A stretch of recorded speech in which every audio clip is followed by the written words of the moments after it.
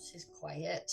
I saved you from the hair debacle by wearing one of my headbands, which I made in the Jameson and Smith.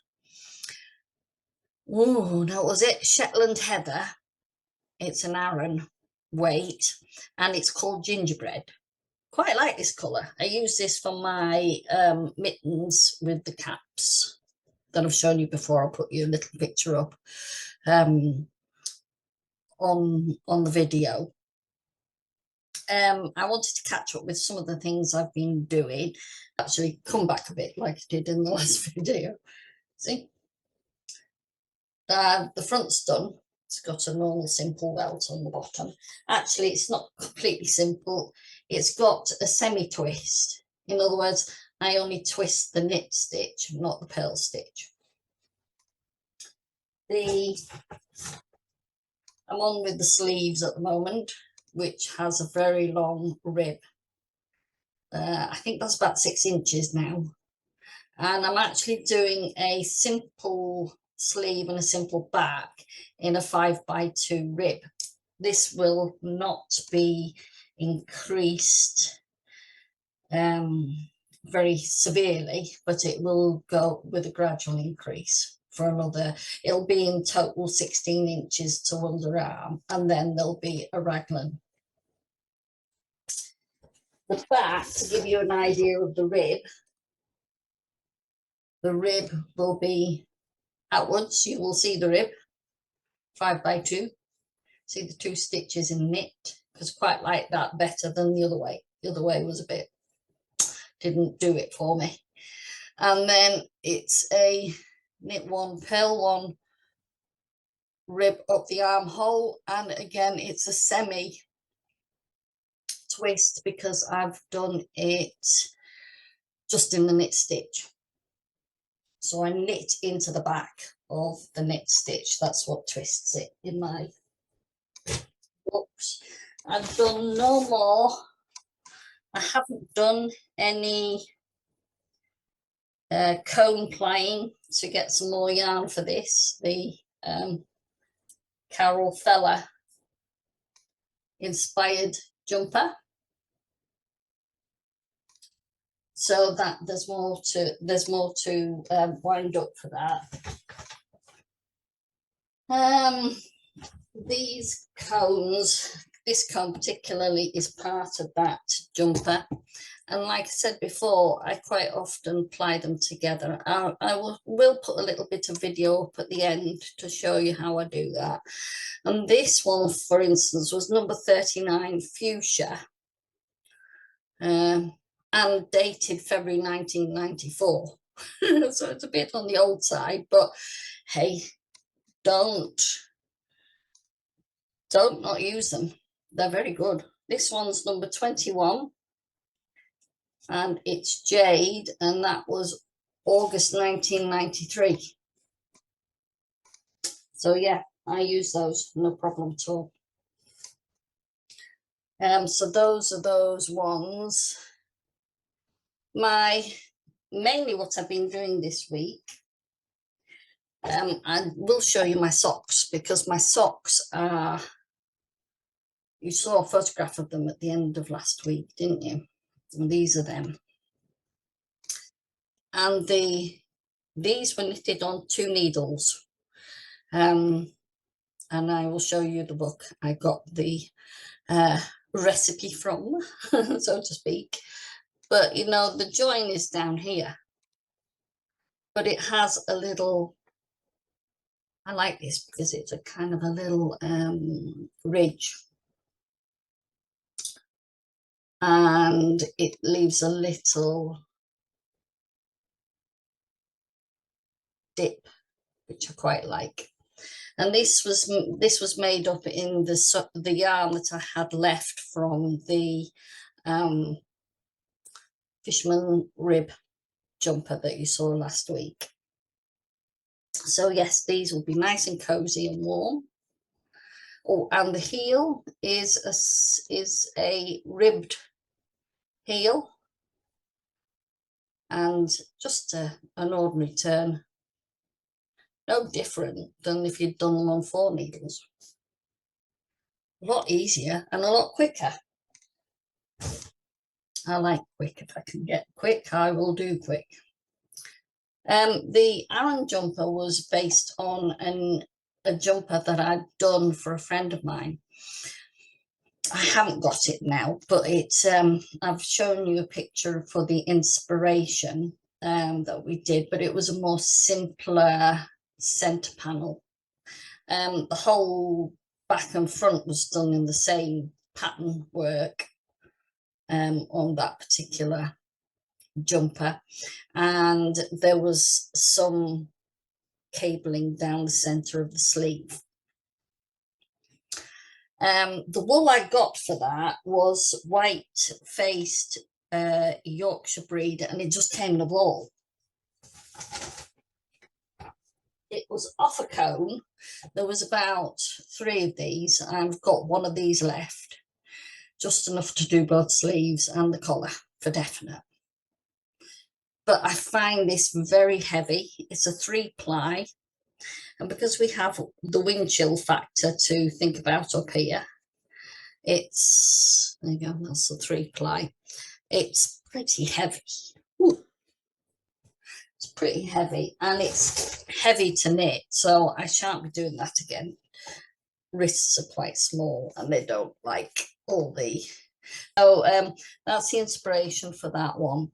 And as I say, the red one was the Carol fella, and I'll put the book up for that. The little lace shrug was a Rowan pattern, which I've already made. And this week I've done a lot more spinning. I'm starting to spin the yarn for the Linka Neumann Hopi Sweater. So far, I will show you where I've got. I have on my niddy noddy a 3-ply, which I've just done this morning. I put it into a 3-ply, which is nearer to the Aran that you've just seen. But I actually think this is more of a double knit. My spinning is getting a lot thinner. So if I go any thinner, I'm going to be doing a 2-ply, which is a 4-ply, which is great. But, you know, hey, I didn't think I'd be getting that, you know, up to that kind of standard. That's the 2-ply. So it's a bit thinner. I would say that is coming up to a double knit. I'm really pleased with that now, because look, it's not wiggly or anything. And it takes quite a bit of work just to get a 2-ply. This is the 1-ply. Might not look thinner to you, but it definitely is, because I've twisted 2 of these together to make that last one. So to get a nice straight yarn, I'm not pulling that tight. There are several things you have to do. When you actually spin it, it comes out like a wiggly mess, and I've got a photograph of that to show you in that little slideshow. You get a wiggly mess, and you put it in your crock pot, and it continues to be a wiggly mess. So when it dries up, what you do is you go back down to your spinning wheel and you reverse ply it. So what I did to spin it was that way on the wheel. So I put the wheel that way. And when I reverse ply, I put the wheel that way. And that gets the majority of the wiggly bits out. Then when you come to ply 2 together, then that takes more of the wiggly bits out. And then this one is a 2-ply, and look how good that is. There's no wiggly bits in it at all. I'm very proud of that little spool of yarn. I'm going to use that, I think, as a double knit. We'll use that one as a 4-ply. And this one I'm hoping to use as an Aran, but I won't know until I sample it, you know, in the next few days. The colour is supposed to be vivid red, but as far as I can see, I didn't put enough black in it. You know that in some of my videos I've said I put too much black in. I've tried to take a lot of that black out and just gradually add it. I think I need to add more black to get a really red colour. This is more orangey. A red orange, which I quite like, almost like a blood orange, perhaps. So spinning wise, that's as far as I am. It has taken a lot of time up. Day one, spin the yarn. 1 ply. Wash it. Put it on the niddy noddy. Oh, put it on the niddy noddy first, then wash it. And then put it to dry. Then day 2, unspin the yarn, put it back on the niddy noddy and set it in some warm water. So again, you've got to dry it again. Day 2, I've already dyed it as well. I've done some dyeing. I've dyed the thread as well. So that takes 5 hours. Day 3, onto the second ply. Spin, wash, dye, wash, niddy noddy, dry. I've lost it now. I don't know where I'm at. And now I think I'm on about day 4 now, where I've plied them all together. So in between that time, I've been unplying, plying, spinning, and you know it's taken me 3 or 4 days to achieve something that, and that. And I think probably by the time we've weighed it all together, that's 100 grams.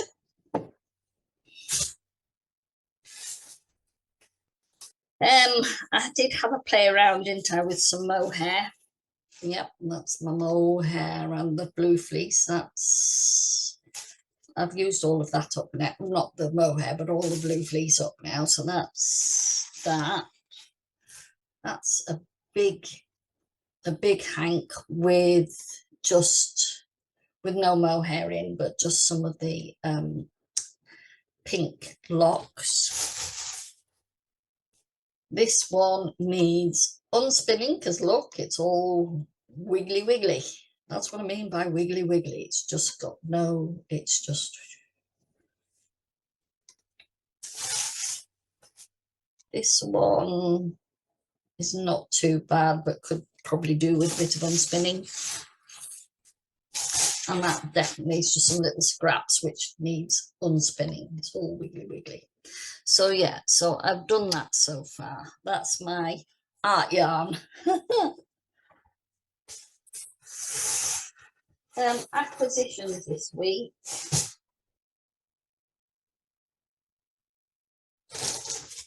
Yes, what came in the post the other day was exciting because I got some from the World of Wool again. I'm going to show you the bag so you know what I'm talking about. The World of Wool. There you go. I got a bag full of the black-faced cheviot from the outlet shop. This is like, you know, if you're going to buy fleece, I suppose it's probably the best way to do it. Otherwise, you have to wash and scour it and card it, which I don't mind doing because I'll probably card it again anyway.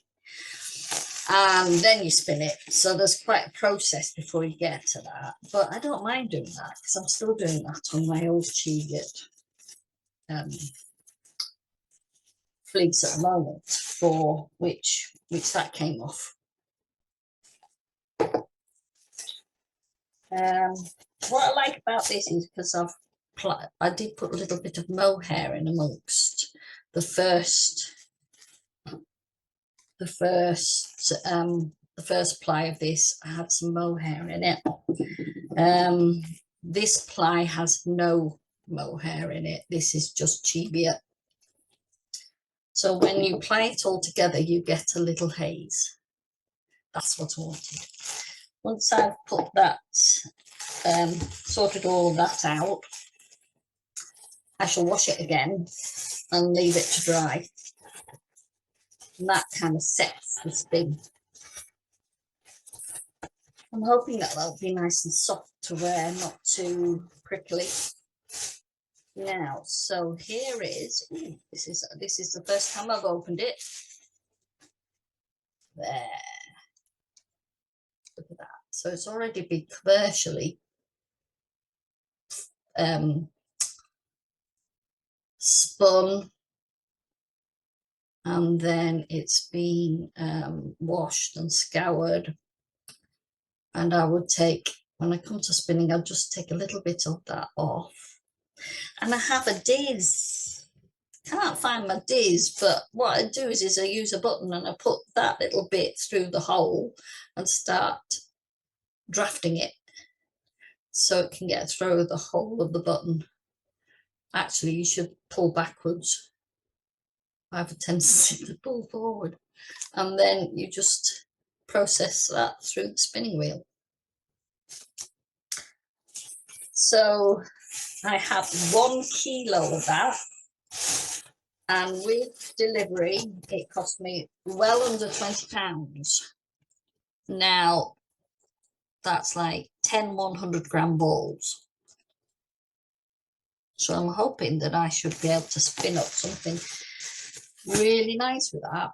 I am going to try and spin them very thinly, like this, the 1 ply, and do some 4 ply knitting with it. 1 ply means there's only 1 thread that's come out of that. 4 ply is the weight. So a 4 ply weight is like a sock weight almost. So that's my plans. But this will go away until I've finished off my old fleece, which I haven't got much left to do. And I was hoping to make enough yarn to do the Hopi Sweater by Linka Neumann.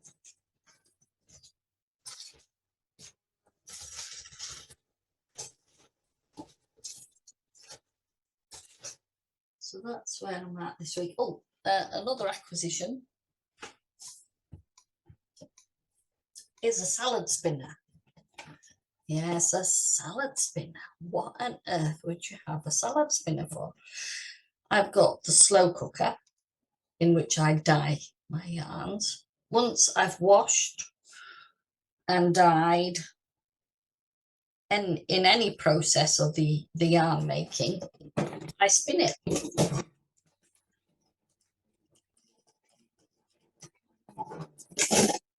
Let's be honest, I'm only making practically 1 hank at a time. So I don't need a spin dryer, do I? So I use my salad spinner, and I got this one from Amazon, and it's brilliant. Every time I spin it, it comes out fluffier. I even did the fleece at its baby stage before we even start spinning it. I did wash that, put that in the spinner, and it come out just beautiful and fluffy. So that was an acquisition that arrived this week. What am I wearing? I'm wearing one of my jumpers, the polar neck jumper that you saw in episode 12, where I gave you a rundown of all the things I made in 2022. I wear this one a lot. I like it. It's cozy, particularly when the weather's been a bit rubbish. I think that's it for this week. Next week I should hopefully have done another colour. I was hoping to be able to have got the yarn all done by the end of February, beginning of March. But this was such a slow process doing this. I'm beginning to wonder if it's gonna be done until the end of March.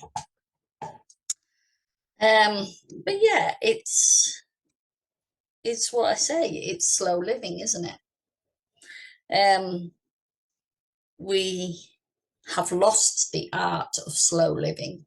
We rush around so much. We expect everything to arrive on our doorstep the next day, and sometimes on the same day. Well, you're lucky if you live on the mainland that you get that. Here, we may have to wait a few days. Or if you send a parcel out, I sent a parcel last week from here in Orkney, and it hasn't arrived yet. That's a week. So, life in slow lane. I expect I would not like to go back to the fast lane. As you know, I already struggle with tiredness from and fatigue from my experiences with breast cancer and radiotherapy treatment last year. That is a year this month since I had my radiotherapy, and I'm still tired most days. But it's the time of year as well. It's quite dark now still, but you will find it's starting to get a lot lighter now. But I love the summer because we have daylight most of the day, even at night time in the midnight and onwards. It's not really that dark, so I enjoy that time of year. I come alive a bit that time of year. This time of year I'm sort of hibernating and knitting. Yeah, anyway, so if you've got any comments, I wouldn't mind some comments. Keep them nice, of course. And that always helps to get my little channel out there, doesn't it? And I'm sure there are people out there who would like to see my spinning journey. It's quite there are times it's quite frustrating, and there are times like the other day when I got a consistent yarn, I was excited. It excites you because you're getting somewhere. In some ways, the girls at the class that I go to occasionally say, you wish you could go back to the lumpy yarn that you first spun, because when you get to a certain stage, you are continually spinning a consistent thinner yarn, and it's hard to go back. So art yarns will become a difficulty at some stage. You would have to make yourself do the lumps and the bumps. On the Haldane spinning wheel that I have, it's not made to do thicker yarns. It's only made to do thin yarns, mainly because you see they used it for the fair isle knitting in Orkney, Shetland. They use the yarns for the fair isle knitting. It became an industry. It still is a bit of an industry here, but a lot of the garments are now made on knitting machines, so they're using cone yarn. So, you know, but because there's such an interest in sheep, the yarn from sheep breeds, particularly like North Ronaldsay sheep, seaweed eating sheep, their yarn is very popular. The Shetland yarn is extremely popular, particularly Jameson and Smith's Spindrift, because they produce so many different colours. That's my aim, is to produce a lot of different colours, but it's going to take me time. And I'm thinking to myself, well, Claire, you talk about slow living, so you've got to live it. So I am actually living it. I won't say I'm living the dream.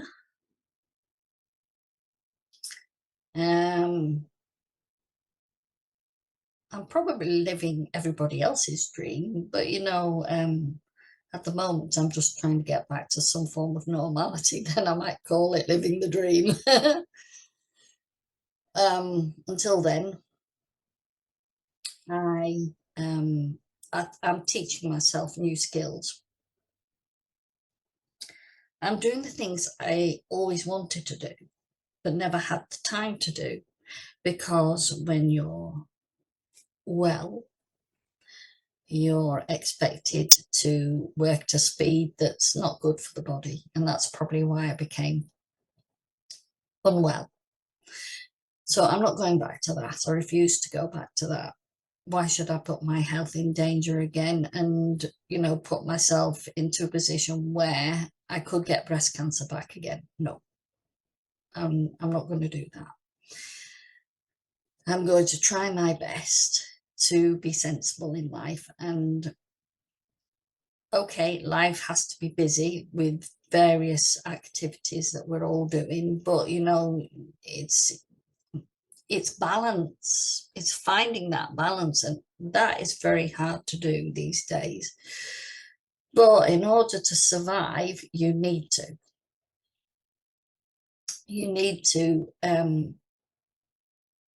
try to find ways to deal with anxieties and fears of life.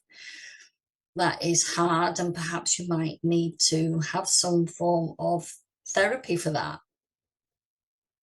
Well, that's okay. If that makes your life better, then isn't that a good thing to do?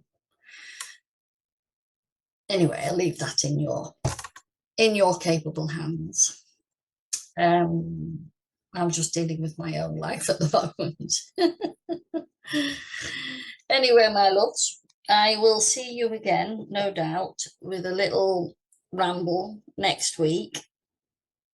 And hopefully I might have done some knitting on this. I want to sample it out, see what it's like. Then I can carry on processing my yarns for the Hopi Sweater. I might even do a bit of spinning on my new fleece just to see what that turns out like. And I will be taking that to class next Saturday. I think it's next Saturday, the 11th, when I go for a spinning class. So, yeah, that's what I'll be doing. Take care of yourselves.